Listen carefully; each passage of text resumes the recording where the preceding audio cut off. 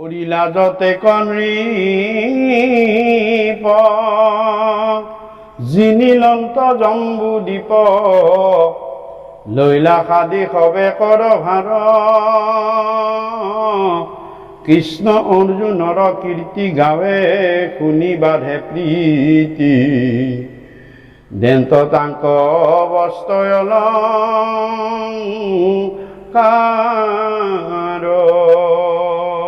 ভূঞা দেৱতাৰ দেৱ পাণ্ডৱক কৰা সেৱ সুহৃদ সাৰথি হুয়া সখী কতু বিৰাসন কৰি হাতত খৰ্গ ধৰি নিদ্ৰাইৰি থাকা ৰাতি ৰখি কৃষ্ণৰ বৰ্ণাময়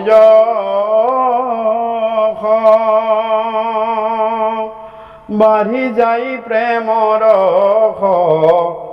পুলকে শৰীৰ জৰৈ নিৰ নাই ৰতি বিষয়ত কৃষ্ণ পদ পংকজত কৰন্ত ভকতি মহা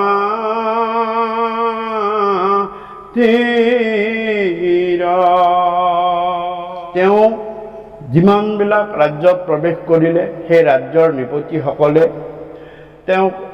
সসন্মানে আনি তেওঁৰ আগত যথাযোগ্য কৰভাৰ দিলে তেওঁক ৰাজাধিৰাজ হিচাপে তেওঁক মান্যতা দিলে আৰু তেওঁলোকে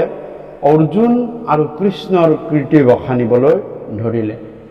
বিশেষত কৃষ্ণৰ কীৰ্তি বখানিছে ৰজাসকলে কৈছে যে যিজন দেৱতাৰো দেৱতা যিজনে অনন্ত কোটি ব্ৰহ্মাণ্ডৰ অধিকাৰী তেওঁ কিন্তু পাণ্ডৱক সেৱা কৰিছে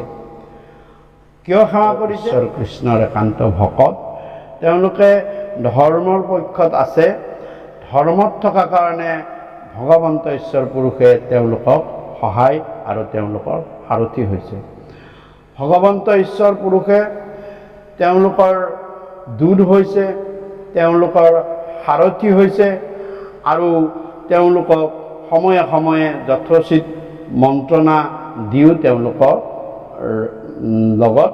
সহায় সহযোগ আগবঢ়াইছে তেওঁ কেতিয়াবা এনেকুৱা অৱস্থাত আছে যে বিৰাসন কৰি তেওঁ হাতত খৰ্গ লৈ পাণ্ডৱৰ সকলক নিদ্ৰাত তেওঁলোকক ৰক্ষণাবেক্ষণা দিয়া কামো ভগৱন্ত ঈশ্বৰ পুৰুষে কৰিছে গতিকে এই নায় ৰতি বিষয়ত কৃষ্ণ পদ পংকজত কৰন্ত ভকতি মহাধীৰ গতিকে কাৰণ তেওঁলোকে পাণ্ডৱসকলে ভগৱন্ত ঈশ্বৰ কৃষ্ণৰ চৰণত ভকতি কৰিছে তেওঁক সাৰথি কৰিছে গতিকে ভগৱন্তই তেওঁলোকক সমস্তখিনি কাৰ্য সম্পন্ন কৰিছে সিদ্ধি কৰাইছে আৰু তেওঁলোকক পালন কৰাইছে তাৰ পাছত শৌনকক সুত মহামুনিয়ে ক'বলৈ ধৰিলে যে আন এটা কথা মই তোমাক কওঁ শুনা ইতিমধ্যে কলিয়ে কি কৰিছে হে ৰাম শুনিও শৌনক পাছে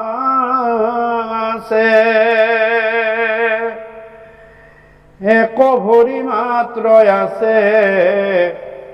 বিষৰূপী ধৰ্ম মহাভাগ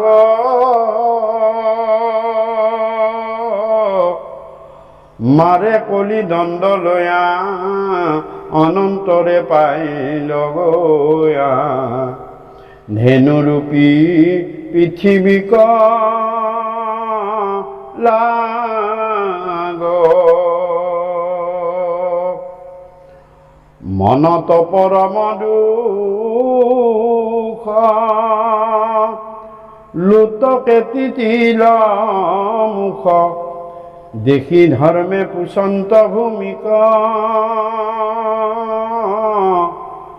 অৰাম কৃষক মনত ক্লেশ ভৈলা হাবি বৰ্ণবেশ কৰৈছা ক্ৰন্দন দেৱী কি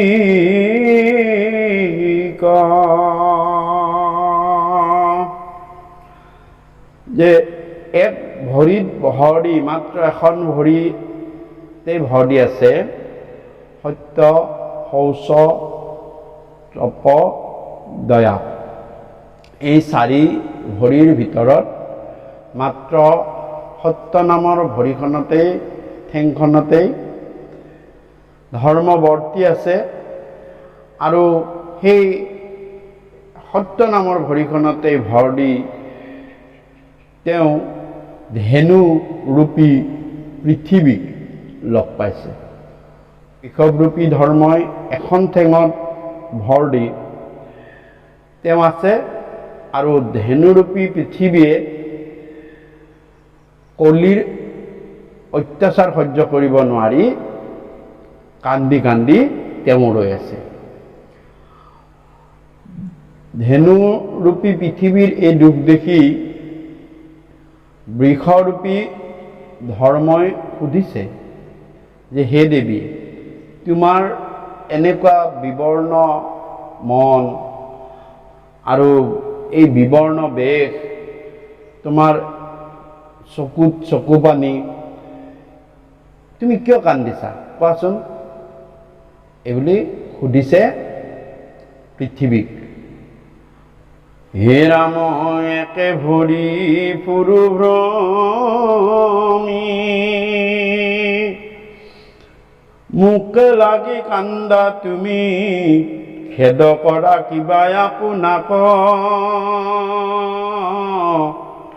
শূদ্ৰ সবে হুইবে ৰাজা, পিৰিবে অনাথ প্ৰজা, মিলিবে ক লোকতবি পাক, হে মাম বসুমতী, ঈশ্বৰ কৃষ্ণ কপতি, কিবা অনুকোচ কৰা তুমি,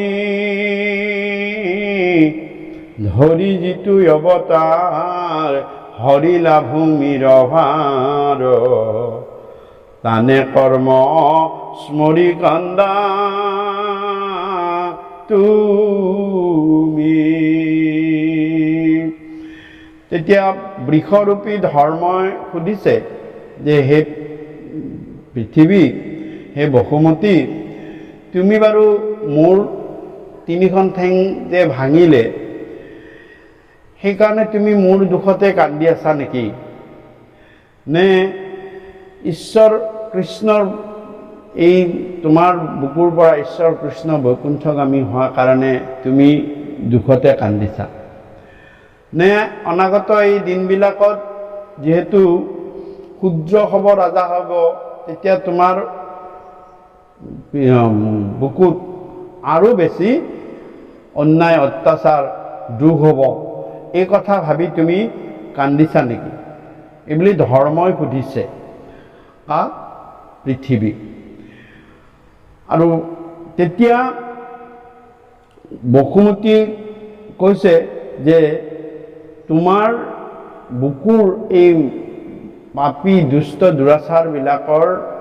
এই ভাৰ খণ্ডন কৰিবলৈ ভগৱন্ত ঈশ্বৰ পুৰুষে মনুষ্য লীলা কৰি এই পৃথিৱীলৈ আহিছিল। আৰু তোমাৰ বুকুতেই তেওঁ লীলা মহিমা অৱতাৰ কৰি কৰ্ম কৰি মনুষ্য কৰ্মবিলাকো কৰি তোমাকো আনন্দিত কৰিছিল, তোমাকো পবিত্ৰ কৰিছিল, আৰু এতিয়া তেওঁ বৈকুণ্ঠগামী হ'ল। সেই দুখতেই তুমি কান্দিছা নেকি? এইবুলি প্ৰশ্ন সুধিছে। হে ৰাম, যাহাৰ চৰিত্ৰ চই, মুকুতিকো বিৰম্বই, হেন কৃষ্ণে ভৈলা বঞ্চিত, হৰিৰ বিৰহে ভূমি, ভৈল ক্ষীণ দেহা তুমি, কিবা তাতে পুষ্ট নুহি শীত। হে ৰাম, তোমাৰ সৌভাগ্য জীৱা, কালে হৰিণে ক কিবা কহিও ক দুখৰ বৃত্তান্ত হৰাম ধৰ্মৰ বচন শুনি বসুমতী মনে গুণী